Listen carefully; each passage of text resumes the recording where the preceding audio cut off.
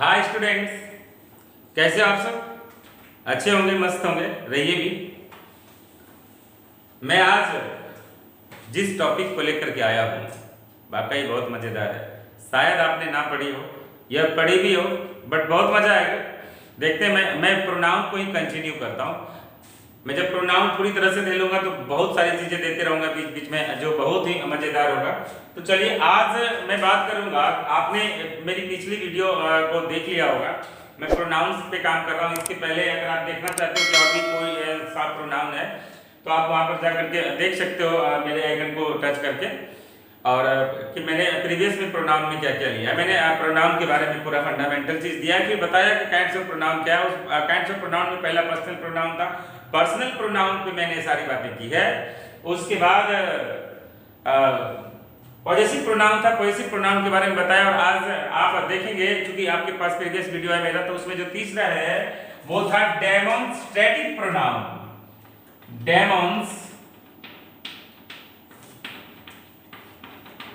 Demonstrative, तो बता दूं मैं कि डेमोन्स्ट्रेटिव प्रोनाउन भी होता है और डेमोन्स्ट्रेटिव एडजेक्टिव भी होता है। बहुत ऐसे वर्ड्स हैं जो प्रोनाउन भी है, एडजेक्टिव भी है। तो चलिए देखते हैं डेमोन्स्ट्रेटिव प्रोनाउन।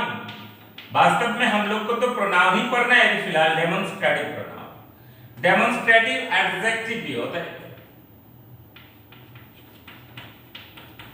अगर मैं बात करूं तो डेमोन्स्ट्रेटिव प्रोनाउन भी होता है, डेमोन्स्ट्रेटिव एडजेक्टिव भी होता है। जो डेमोन्स्ट्रेटिव प्रोनाउन होता है बेटा, वो डेमोन्स्ट्रेटिव प्रोनाउन आप जानिए दिस डेमोन्स्ट्रेटिव प्रोनाउन है, दैट डेमोन्स्ट्रेटिव प्रोनाउन है। और अगर दिस सिंगुलर है, अगर हम दिस को प्लुरल करेंगे तो दिस हो जाएगा, ये दिस प्लुरल है। और दैट अगर सिंगुलर है तो इसी का प्लुरल दोज हो जाएगा। देखिए, दिस का प्लुरल दिस, दैट का प्लुरल दोज। सॉरी, तो आप देखिए, ये सिंगुलर, ये प्लुरल, ये सिंगुलर और ये दोज प्लुरल है। दिस का ही प्लुरल दिस, दैट का ही प्लुरल दोज होता है। मतलब अगर डेमोन्स्ट्रेटिव प्रोनाउन की बात करें तो 4 डेमोन्स्ट्रेटिव प्रोनाउन होता है, दिस, दैट, दिस, दोज। ये सारे के सारे डेमोन्स्ट्रेटिव प्रोनाउन है। फॉर एग्जांपल, अगर मैं कह दूं कि दिस इज अ पेन, तो आप जो दिस देख रहे हैं यहां पर, दैट इज डेमोन्स्ट्रेटिव प्रोनाउन। अगर मैं लिख दूं दोज आर बुक्स, तो यहां पर जो दोज देख रहे हैं डेमोन्स्ट्रेटिव प्रोनाउन है, क्योंकि आपको पता है कि दिस के बाद इज है, दिस के बाद आर है, वर्ब है, नॉन एक्शन वर्ब है, और जिसके बाद वर्ब हो वह सब्जेक्ट होगा और सब्जेक्ट प्रोनाउन होता है।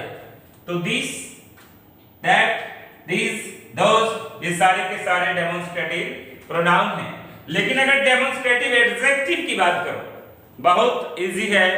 मैं रोज रोज इस बात को बोलता हूं कि अगर किसी नाउन से पहले कुछ भी लिखा हो, if in any sentence noun से पहले समथिंग हो, बिफोर नाउन समथिंग, तो आप समझ जाइए कि दिस इज एन एडजेक्टिव, वह एडजेक्टिव है। जैसे कि मैं अगर डेमोन्स्ट्रेटिव एडजेक्टिव की बात करूं तो यह भी दिस, दैट, दीज और दोज ही होता है।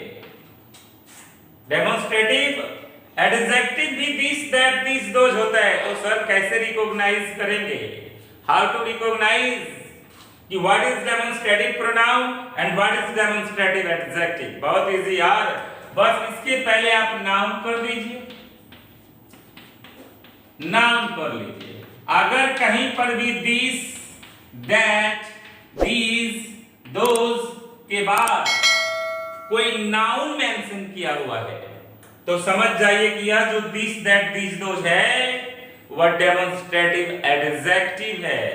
जैसे कि मैं कह दूं कि this pen, this pen example है, दिस पेन इज न्यू। आप देखिए यहां पर, इसको देखिए कि दिस इज अ पेन यहाँ पर दिस के बाद वर्ब है, और यहाँ पर क्या है कि दिस पेन तब इज है, मतलब कि इस दिस के बाद कोई नाउन है, और नाउन के पहले जो भी होता है वह एडजेक्टिव होता है। जैसे आप यहाँ पर भी लिख सकते हो कि those boys are my friends, वे सब लड़के मेरे दोस्त हैं। Those boys are my friend, यहां पर आप देख पा रहे हैं कि दोज के बाद नाउन मेंशन है, और नाउन से पहले अगर कुछ भी है दैट इज एडजेक्टिव, और ये सारे के सारे कौन एडजेक्टिव होगा? यदि this that this those noun लेगा तो वह एडजेक्टिव होगा डेमोन्स्ट्रेटिव, मतलब DA, मतलब कि दिस दैट दिस दोज के बाद यदि वर्ब आया है तो वह प्रोनाउन है, और यदि दिस दैट दिस दोज के बाद कोई नाउन आया है जैसे दिस पेन दोज बॉयज, तो ये दिस दैट दिस दोज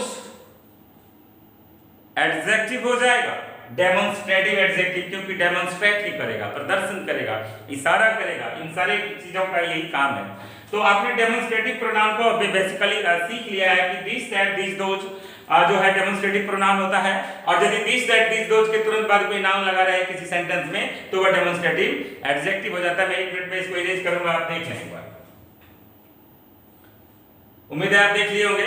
आज मुझे दो प्रोनाउन लेना है, कम से कम 2 तो लेना है ताकि ज्यादा लंबा वीडियो ना हो, और इसके बाद का जो प्रोनाउन लूंगा बिल्कुल आग लग जाएगी देखते हुए। देखिए मैं इसको मिटा रहा हूं,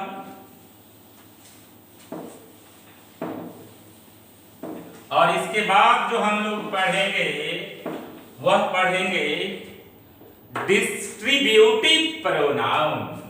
डिस्ट्रीब्यूटिव, DISTRIBUTIVE, डिस्ट्रीब्यूटिव प्रोनाउन। बिल्कुल सीक्वेंस वाइज फंडामेंटल तरीके से हम लोग पढ़ रहे हैं प्रोनाउन को।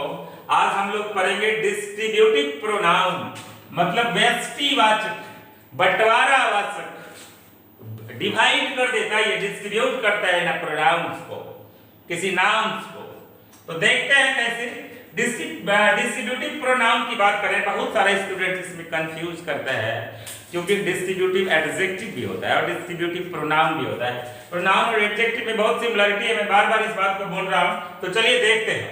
डिस्ट्रीब्यूटिव प्रोनाउन अगर वास्तविक में होता है तो होता है ईच, एवरी, आइदर, जिसको आप ईदर भी बोल सकते हैं, और नेदर।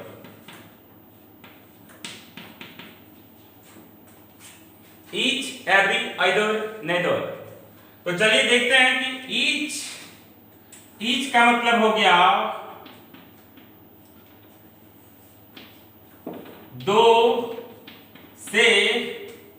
दो में से, ईच का मतलब हो गया प्रत्येक,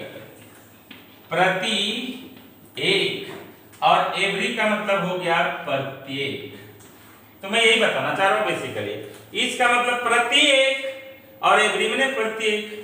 आइदर का मतलब हो गया या तो ना तो।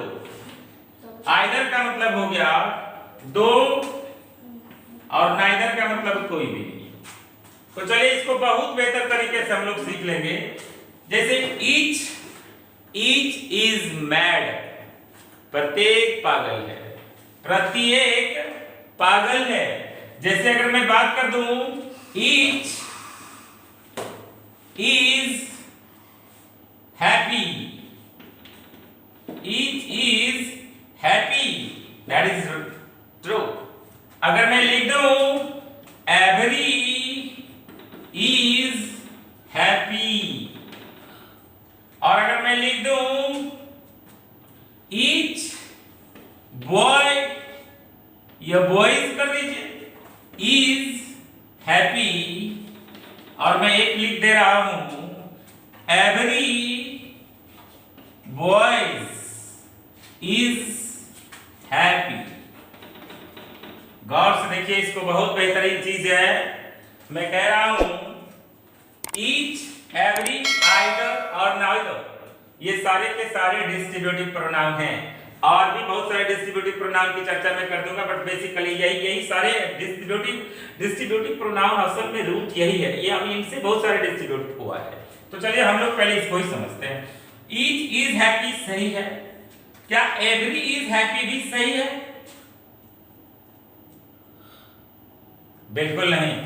ईच इज हैप्पी सही, एवरी इज हैप्पी गलत है।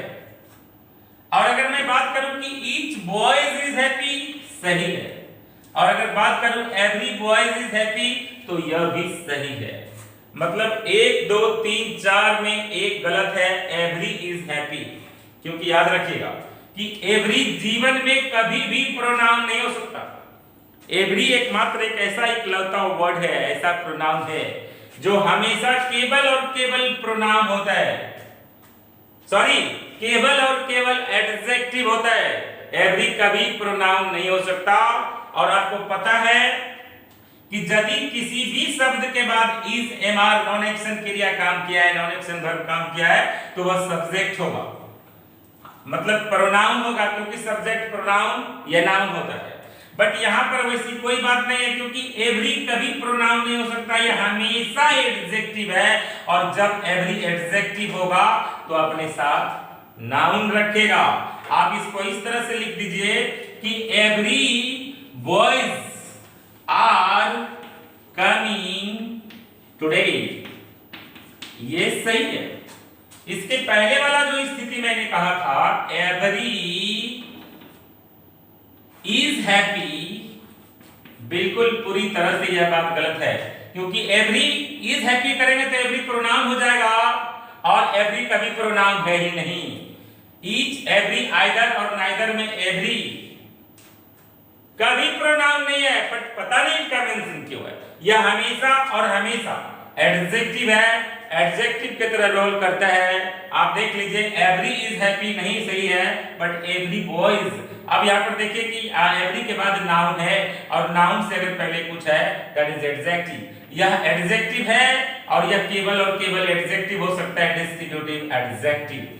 यहाँ पर देखते हैं ईच बॉयज, बिल्कुल सही है, क्योंकि ईच जो है डिस्ट्रीब्यूटिव प्रोनाउन भी होता है और एडजेक्टिव भी। तो ईच बॉय इज हैप्पी भी राइट है, और एवरी बॉयज इज, हाँ सर एक चीज और आप देख रहे हैं कि ईच के साथ यहाँ पर बॉयज लगाए फिर भी वर्ब सिंगुलर लिए, जबकि यहाँ पर जो नाउन है वह प्लूरल है। यहाँ पर भी जो नाउन है प्लूरल है, फिर भी आप वर्ब सिंगुलर क्यों लिए? तो देखिए एक चीज याद रखिएगा कि ईच, एवरी, आइदर और नीदर हमेशा और हमेशा सिंगुलर ही होता है। Life time each, every, either और नीदर कभी प्लूरल नहीं होता, हमेशा सिंगुलर होता है। इसलिए आप ईच, एवरी, आइदर और नाइदर जब भी किसी सेंटेंस में as a subject, as a object use करें तो इस बात का ध्यान रखेंगे कि उसको हमेशा सिंगुलर की तरह इस्तेमाल करेंगे। तो जैसे कि चलिए मैं अभी यहाँ पर एक बात और भी बता दे रहा हूं, जैसे कि हमने चर्चा कर दिया कि ईच इज हैप्पी, सब कोई ठीक है, सब कोई खुश है, ये बात सही है, बट एवरी इज हैप्पी नहीं होगा, but every boys are happy हो सकता है, सॉरी एवरी बॉयज आर नहीं होगा, सॉरी देखे नहीं थे हमें, एवरी बॉयज इज होगा, क्योंकि एवरी, ईच, आइदर और नाइदर सबके साथ सिंगुलर वर्ब ही होगा। तो मैं बिल्कुल उम्मीद करता हूं कि आप इस चीज को समझ गए होंगे। ईच, एवरी पर मैंने केवल काम किया है, और अगर मैं बात करूं आइदर और नाइदर की, तो भी समझ लीजिए यहाँ पर आइदर का मतलब होता है, जैसे कि यहाँ पर आप लिख सकते हैं कि आइदर इज स्पीकिंग इंग्लिश, यहां पर है कि दोनों अंग्रेजी बोल रहा है। अगर मैं बात कर दूं कि नाइदर, तो यहां पर भी इजी होगा, मैंने कहा था आइदर नाइदर सब हमेशा सिंगुलर है। इज स्पीकिंग इंग्लिश, दोनों अंग्रेजी बोल रहे हैं, दोनों में से कोई अंग्रेजी नहीं बोल रहा है। नाइदर इज स्पीकिंग इंग्लिश, कोई नहीं बोल रहा है। बेसिकली जो ईच और एवरी है, मैं आपको एक बार फिर से बता दे रहा हूं कि ईच, एवरी देखिए वास्तविक में होता क्या है। जैसे कि आप अगर लिख दिए यहां पर क्या कि Ram and Shyam are mad, Ram और श्याम पागल है, दो आदमी पागल है। तो आप यहाँ पर इसको, आपको पता है कि नाउन है, यह भी नाउन है, और नाउन के बदले में अगर कोई आ सकता है, नाउन का अगर कोई जगह ले सकता है तो वो केवल और केवल प्रोनाउन है। तो जैसे कि मैं यहाँ पर कर सकता हूँ कि राम और श्याम दोनों पागल है, तो आप कह सकते हैं कि ईच इज मैड। ईच प्रत्येक पागल है, राम भी श्याम भी, दोनों के लिए प्रोनाउन ईच यूज हो गया, ईच इज मैड। लेकिन यहाँ पर कभी नहीं हो सकता एवरी इज मैड, दोनों का इसका प्रत्येक और ये प्रत्येक है। यह जब भी हो दिखाएगा एडजेक्टिव होने का सेंस देगा, और यहाँ पर एवरी इज मैड नहीं होगा, एवरी बॉय इज मैड कर लीजिए, एवरी गर्ल इज मैड कर लीजिए, एवरी गर्ल्स कर लीजिए, एवरी बॉयज कर लीजिए, ये बातें तो ठीक है। इसके अलावे भी आप बहुत सारे जो डिस्ट्रीब्यूटिव है इसको मैं मिटा रहा हूँ, इसके अलावे भी आप बहुत सारे डिस्ट्रीब्यूटिव को देख सकते हैं। जैसे कि अगर मैं लिख दूं कि ईच ऑफ दी का मतलब हो गया प्रत्येक, प्रत्येक या हर एक। देखिए इसके बाद यहाँ पर ईच ऑफ दी के बाद डॉट डॉट मार दिया, यहाँ पर कुछ भी दे दीजिए। जैसे मैं एक अगर एग्जांपल करूं तो each of the boys is coming. देखिए each of the boys is coming, बिल्कुल यहाँ पर सर ईच को देख करके इज लगाया गया है, बॉयज को देख करके नहीं। याद रखिएगा ईच, एवरी, आइदर, नीदर जब भी रहे उसके साथ वर्ब हमेशा सिंगुलर लेके। Each of the boys is coming, प्रत्येक लड़का, हर एक लड़का आ रहा है, एक भी नहीं बच रहा है। ईच ऑफ दी यहाँ पर आप ले सकते हैं इस तरह से। उसके बाद आप कर सकते हैं यहाँ पर either of the, neither of the, neither of the, यहाँ पर नाउन जोड़ते जाइए कुछ भी। Either of the boys, neither of the girls, करते जाइए कुछ भी, और इसका मतलब हो जाएगा यहाँ पर आइदर ऑफ, दोनों में से कोई एक। आइदर ऑफ दी आप कर सकते हैं, नाइदर ऑफ दी आप कर सकते हैं, वन ऑफ दी, देखिए वन ऑफ दी बॉयज। देखिए आप कोई भी सेंटेंस कर लीजिए कि one of the boys is able to speak English। आप कर सकते हैं none of the boys, कोई भी लड़का, none of the boys are able to speak English, कोई भी लड़का अंग्रेजी बोलने में सक्षम नहीं है। आप यहाँ पर कर सकते हैं all of the, सारे के सारे, all of the boys can pass the exam, सारे के सारे all of the boys can pass the exam, सारे के सारे लड़के एग्जाम पास कर सकते हैं। all of the boys can speak English, सारे के सारे लड़के अंग्रेजी बोल सकते हैं। बहुत बेहतर है, अगर आप और भी इससे बेहतरीन तरीके से सीखना चाहते हैं तो आप मुझे कमेंट बॉक्स में कमेंट सेक्शन में जाके कमेंट जरूर करें, मुझे आप थोड़ा सा मोटिवेट करें मैं किस तरह से टीच कर पा रहा हूँ आपको, आप समझ पा रहे हैं कि नहीं। अब वो सारी बातें आप जरूर बताएं, और क्या, लाइक जरूर करें, कॉपी कलम लेकर के बैठें, और फिर क्या, बाय।